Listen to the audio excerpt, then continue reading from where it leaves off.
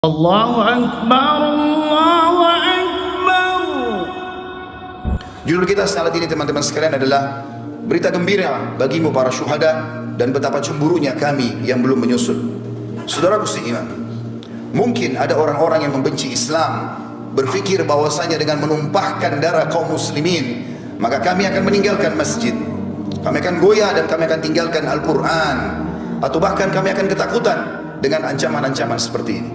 Demi Allah, dari atas mimbar ini kami sampaikan bahwasanya kaum muslimin begitu tertumpah darah para syuhada tidak menambah kecuali keberanian pada mereka, tidak akan menambah kecuali semangat kami memenuhi masjid, tidak akan menambah kecuali kami kembali kepada kitabullah Al-Quran, dan kami makin yakin dengan janji Allah Subhanahu wa taala. Saudaraku seiman, mungkin sebagian keluarga korban bersedih, bukan hanya sekitar di New Zealand. Beberapa waktu lalu kita lihat pembantaian umat Islam secara massal, dibakar di Myanmar, di Cina, berapa banyak korban di Palestina, dan sebelumnya Sarajevo dan beberapa wilayah-wilayah yang lain. Mungkin di mata sebagian keluarga mereka sedih, tapi di mata kami yang sudah memahami secara hukum syar'i, ini berita gembira. Allah Subhanahu wa taala memilih para syuhada. Selalu dalam sejarah, kata para ulama, peperangan jihad yang benar sesuai dengan Al-Quran dan Sunnah dari zaman Nabi alaihi salatu wassalam, perang Badar, perang Uhud, Fath Makkah, Hunain, dan peperangan-peperangan yang lain, termasuk akhirnya adalah Tabuk sebelum meninggal Nabi alaihissalatu wassalam. Peperangan dipimpin oleh Khulafaur Rasyidin dan para khulafa yang datang setelahnya sampai terakhir dinasti Utsmaniyah. Bahkan beberapa wilayah masih bergejolak seperti di Palestina, beberapa tempat yang lain. Semua itu jumlah syuhada jauh lebih sedikit daripada jumlah yang hidup. Karena kata ulama, karena memang Allah memilih siapa yang paling ikhlas, siapa yang paling layak mendapatkan mati syahid itu, maka Allah Subhanahu wa taala memilih mereka. Seakan-akan pedang, tombak, anak panah dan peluru memilih siapa yang akan mendapatkan syahadah itu. Di perang Uhud, di perang Badar hanya 60 syuhada dari 314 orang. Di perang Uhud hanya 70 syuhada dari 700 orang, kurang lebih 10% saja, dan seterusnya. Semua peperangan dalam Islam umumnya syuhada lebih sedikit. Kata para ulama, siapapun yang masuk di kancah jihad kemudian memang betul-betul dia niat untuk berperang, maka pastikan dia tidak akan mati kecuali memang dia menginginkan syahadah itu. Meninggalnya Abdullah bin Haram, Amr bin Jamuh, Mus'ab bin Umair, Hamzah bin Abdul Muttalib, dan beberapa sahabat Nabi ridwanullah alaihim di perang Uhud, karena mereka sudah bertekad dari malam harinya, berdoa sepanjang malam tidak tidur, berharap agar esok harinya mereka mati syahid. Orang-orang yang tidak meminta itu maka tidak akan diberikan oleh Allah Subhanahu wa taala. Jadi dari satu sisi mungkin ada keluarga mereka yang merasa bersedih, tapi sisi yang lain kami cemburu melihat mereka karena telah mendapatkan syahadah. Betapa banyak yang Allah janjikan bagi para syuhada akan kita dengarkan pada kesempatan kita kali ini. Namun sebelumnya teman-teman sekalian, kita akan membaca firman Allah Subhanahu wa taala yang kekal ditilawahkan oleh orang beriman sampai hari kiamat dalam surah Al-Imran ayat 133, dimulai dari situ sampai ayat 150. A'udzubillahi minasyaitonir rajim. Wasari'u ila maghfiratin min rabbikum wa jannatin 'arduha as-samawati wal ard uiddat lil muttaqin. Dan berlomba-lombalah kalian menuju kepada ampunan Tuhan kalian. Kalau punya dosa segera taubat sebelum datang ajal dan menyesal. Dan kejarlah surga yang luasnya seluas langit dan bumi, hanya disediakan untuk orang-orang yang bertakwa. Surga, kata para ulama di sini dikatakan kejarlah. Kata para ulama tafsir, kejar apapun yang bisa membawa kau masuk ke dalam surga, termasuk puncaknya adalah mati syahid di akhir hidup. Di ayat 134-nya, alladzina yunfikuna fis sarra'i wad dharra'i wal qadhimina al ghaidha wal 'afina 'anil nas wallahu yuhibbul muhsinin. Ciri mereka yang segera berlomba-lomba kepada ampunan Tuhan mereka dan surga, diantaranya mereka sibuk menafkahkan harta mereka, baik di waktu lawang, di waktu lapang ataupun sempit, kaya ataupun miskin, mereka sibuk mengejar akhirat mereka. Dan orang-orang yang menahan amarahnya, orang banyak memfitnah, menggibah, tapi dia justru mengontrol emosinya, dan juga orang yang suka memaafkan orang lain, maka Allah menyukai orang-orang yang berbuat kebajikan. 135-nya, والذين إذا فعلوا فاحشة أو ظلموا أنفسهم ذكروا الله فاستغفروا لذنوبهم وما يغفر الذنوب إلا الله ولم يصروا على ما فعلوا وهم يعلمون. Dan juga orang-orang apabila mereka melakukan perbuatan keji atau dosa, atau mereka menganiaya diri mereka, mereka ingat kepada Allah, lalu mereka segera memohon ampun terhadap dosa-dosa mereka. Dan siapa lagi yang dapat mengampuni dosa selain daripada Allah? Dan mereka tidak meneruskan perbuatan keji mereka itu sedang mereka mengetahui. Artinya taubatnya nasuha, mereka taubat dari zina, dari riba, dari bohong, mereka tidak mengulanginya lagi. 136. Ulaika jazaohum maghfiratun min rabbihim wa jannatun tajri min tahtiha al-anhar tajri min tahtiha al-anharu khalidina fiha wa ni'ma ajrul amilin. Mereka itu akan diberikan balasan ampunan dari Tuhan mereka dan surga yang di dalamnya mengalir sungai-sungai sedangkan mereka kekal di dalamnya, dan itulah sebaik-baik pahala bagi orang-orang yang beramal. 137. Qad khalat min qablikum sunanun fasiru fil ardi fanzuru kaifa kana akibatul mukadzibin. Sesungguhnya telah berlalu sebelum kalian sunnah-sunnah Allah, maksudnya peraturan-peraturan Allah. Siapa yang patuh selamat dan siapa yang durhaka akan dihukum. Karena itu berjalanlah kalian di muka bumi, perhatikan bagaimana akibat orang-orang yang mendustakan para rasul. Ada Namrud di Babilonia di Irak. Sampai hari ini di Google tinggal diketik, peninggalan Namrud akan keluar semua sisa kerajaannya. Fir'aun di Mesir dan sekian banyak kaum 'Ad yang ada di wilayah Irak, dan juga masih ada peninggalan kaum Thamud di wilayah Madain Saleh di Saudi. Allah SWT mengatakan selanjutnya ayat 138, "Hada bayanun linnasi wa hudan wa mau'idatun lil muttaqin." Al-Quran ini benar-benar penerangan bagi seluruh manusia, bagi yang mau berakal dan membacanya, dan petunjuk serta pelajaran bagi orang-orang yang bertakwa, orang yang patuh. Lalu Allah sebutkan 139. Ini yang saya ingin ditiberatkan pada kejadian apa yang terjadi itu. Allah mengatakan wala tahinu wala tahzanu wa antumul a'launa in kuntum mu'minin. Janganlah kamu bersikap lemah. Jangan justru dengan ancaman terorisme seperti ini lalu masjid jadi kosong. Kalian tidak mau baca Quran, justru dicambukan untuk kembali kepada agama Allah. Dan jangan pula kalian bersedih hati, padahal kamulah orang-orang yang paling tinggi derajatnya, maksudnya orang-orang muslim, jika kamu benar-benar beriman. Allah mengatakan 140-nya, iyamsaskum karhun faqad massal qauma karhum mithlu wa tilkal ayyamu nudawiluha bainan nas wa liya'lamallahu alladhina amanu wa yattakhidha minkum syuhada wallahu la yuhibbul zalimin.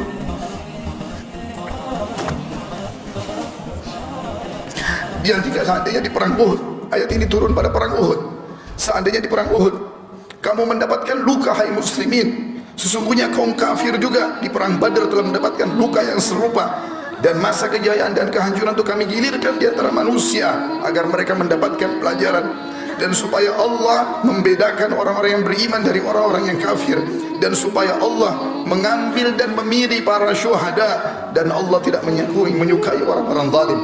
Kata ulama tafsir khusus ayat 140 ini berarti orang-orang mati syahid Allah pilih secara khusus karena ikhlas niat mereka.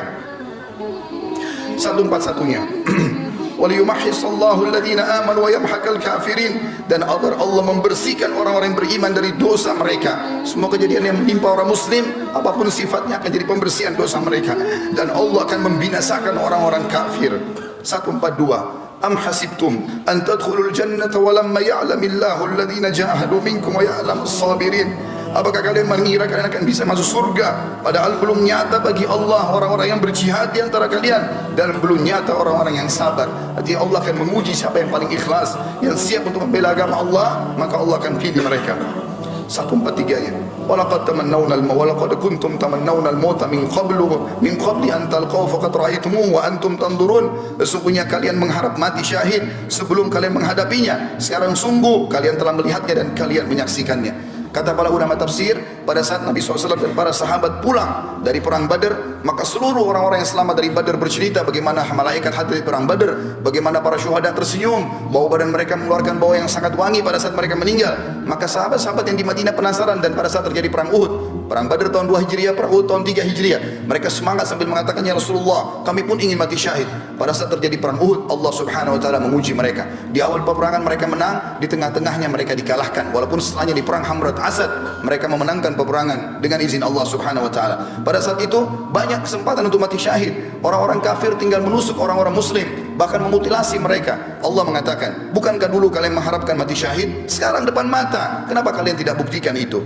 Lalu Allah mengingatkan 144-nya, tidak ada keraguan bagi seorang muslim apa yang dijanjikan oleh Allah dan Rasulnya. Wa ma Muhammadun illa rasulun qad khalat min qablihi ar-rusul afa in mata aw qutila qalabtum ala aqabikum wa may yanqalib ala aqibihi falan yadurrallaha syai'a wa sayajzillahu syakirin. Muhammad itu tidak lain hanyalah seorang utusan Allah. Sungguh telah berlalu sebelumnya beberapa orang utusan. Apakah jika dia wafat dan dibunuh kamu murtad dan kembali ke agama lain? Atau ke belakang murtad dari agama Islam? Barang siapa yang berbalik ke belakang murtad, maka ia tidak dapat mendatangkan mudarat kepada Allah sedikit pun, dan Allah akan memberi balasan kepada orang-orang yang bersyukur. Artinya pada saat itu ada berita yang disebarkan oleh Ibnu Khami'ah, seorang kafir, naudzubillah, yang telah membunuh Mus'ab bin Umair radhiyallahu anhu. Dia menyebarkan isu kalau dia membunuh Nabi alaihi salatu wassalam. Para sahabat sempat drop pada saat itu, termasuk Umar bin Khattab pun duduk di tanah meletakkan pedangnya. Nanti setelah lewat seorang sahabat yang mulia, Anas bin Nadhr radhiyallahu anhu, yang kemudian dengan kencang dia memicu kudanya menuju ke pasukan kafir sendirian. Maka Umar mengatakan, wahai Anas, kau akan pergi kemana? Dia mengatakan, demi Allah wahai Umar, aku mencium bau surga ada di sana. Aku mencium bau surga ada di sana. Tinggal aku menerobos orang-orang kafir dan mereka membunuhku, aku akan masuk surga. Lalu Umar mengatakan, wahai Anas, bukankah Rasulullah SAW telah dibunuh oleh orang kafir? Kata Anas, kata Umar, kalimat itu tiba-tiba membangkitkan semangat kami kembali. Dia mengatakan, kalau memang Rasulullah SAW terbunuh syuhada sebagai syahid di medan perang ini, maka bangkitlah kalian untuk syahid bersamanya. Maka kata Umar bin Khattab, bersama juga dengan Mu'adz bin Jabal, bersama dengan Sa'ad bin Mu'adz radhiyallahu anhu, dua sahabat yang terkenal keberaniannya, menyusul sampai kata Sa'ad radhiyallahu anhu, yang pada saat meninggal dia arsy Allah goncang. Dia mengatakan, ya Rasulullah, kami berusaha mengimbangi Anas bin Nadhr dan kami tidak mampu. Dan pada saat meninggal ditemukan hanya potongan-potongan badannya saja yang dikenali oleh adik perempuannya. Lalu Allah mengatakan 145 menjelaskan kepada kita, bagi muslimin yang masih takut untuk mati, apalagi mati syahid, ini semua adalah ketakutan yang dimasuki oleh waswas syaitan. Karena memang orang pasti akan meninggal pada saat itu, tapi mulialah orang yang meninggal syahid itu sendiri. Allah mengatakan 145-nya, wa ma kana li nafsin an tamuta illa bi idznillah kitaban muajjala wa man yurid thawabad dunya nu'tihi minha wa man yurid thawabal akhirati nu'tihi minha sanajzi syakirin. Siapa, semua jiwa, semua yang bernyawa tidak akan mati melainkan dengan izin Allah. Kita biar keluar berperang, biar berhadapan sama musuh, biar lagi dalam keadaan bagaimanapun tidak akan mati kecuali ajalnya sudah datang. Sebagai ketetapan yang telah Allah tentukan waktunya. Barang siapa yang menghadapi pahala dunia, dia hanya ingin mengejar kehidupan dunia, niscaya kami berikan kepadanya kebaikan dunia itu. Dan barang siapa yang menghendaki pahala akhirat, maka kami akan berikan kepadanya pahala akhirat, dan kami akan memberi balasan orang-orang yang bersyukur. 146-nya, wa ka'ayyin min nabiyyin qatala ma'ahu ribbiyuna katsirun fa ma wahanu lima asabam fi sabilillah wa ma dha'ufu mastakanu wallahu yuhibbus sabirin. Dan berapa banyak nabi yang berperang bersama-sama, mereka sejumlah besar dari pengikutnya yang bertakwa, yang patuh. Mereka tidak merasa menjadi lemah karena bencana yang menimpa mereka di jalan Allah, dan tidak lesu dan tidak pula menyerah kepada musuh. Allah menyukai orang-orang yang sabar. 147-nya, wa ma kana qaulahum illa an qalu rabbana ighfir lana dhunubana wa israfana fi amrina wa tsabbit aqdamana wansurna 'alal qaumil kafirin. Ini doa yang dianjurkan dibaca dari zaman Nabi SAW sampai hari kiamat nanti bagi orang-orang mukmin yang sedang diuji. Tidak ada doa mereka pada saat mereka sedang menghadapi musuh, menghadapi cobaan, kecuali mereka mengatakan, ya Tuhan kami, ampunilah dosa-dosa kami. Artinya kalau kami takut, berarti ampuni dosa kami itu ya Allah. Dan tindakan-tindakan kami yang berlebih-lebihan dalam urusan kami, dan tetapkanlah pendirian kami, dan tolonglah kami terhadap orang-orang kafir. 148, fa'atahumullahu thawabad dunya wa husna thawabil akhirah wallahu yuhibbul muhsinin. Karena itu Allah memberikan kepada mereka pahala di dunia dan pahala yang baik di akhirat, dan Allah menyukai orang-orang yang berbuat kebaikan.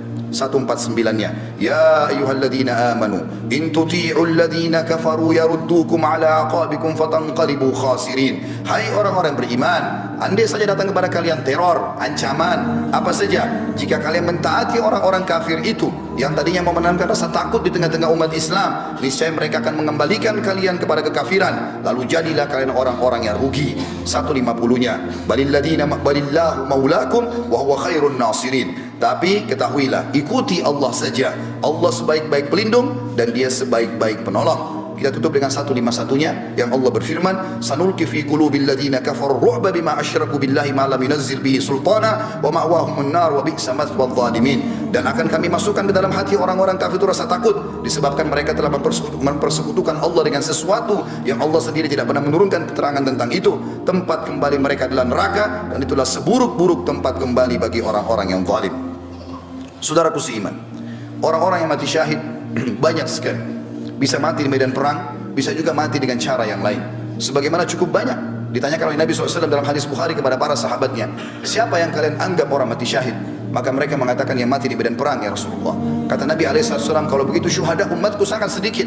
Ketahuilah, siapa yang meninggal kena penyakit perut, siapa yang meninggal kena penyakit taun atau pes, dan siapa yang meninggal karena membela dirinya, membela keluarganya, membela hartanya, maka semua itu dihitung mati syahid.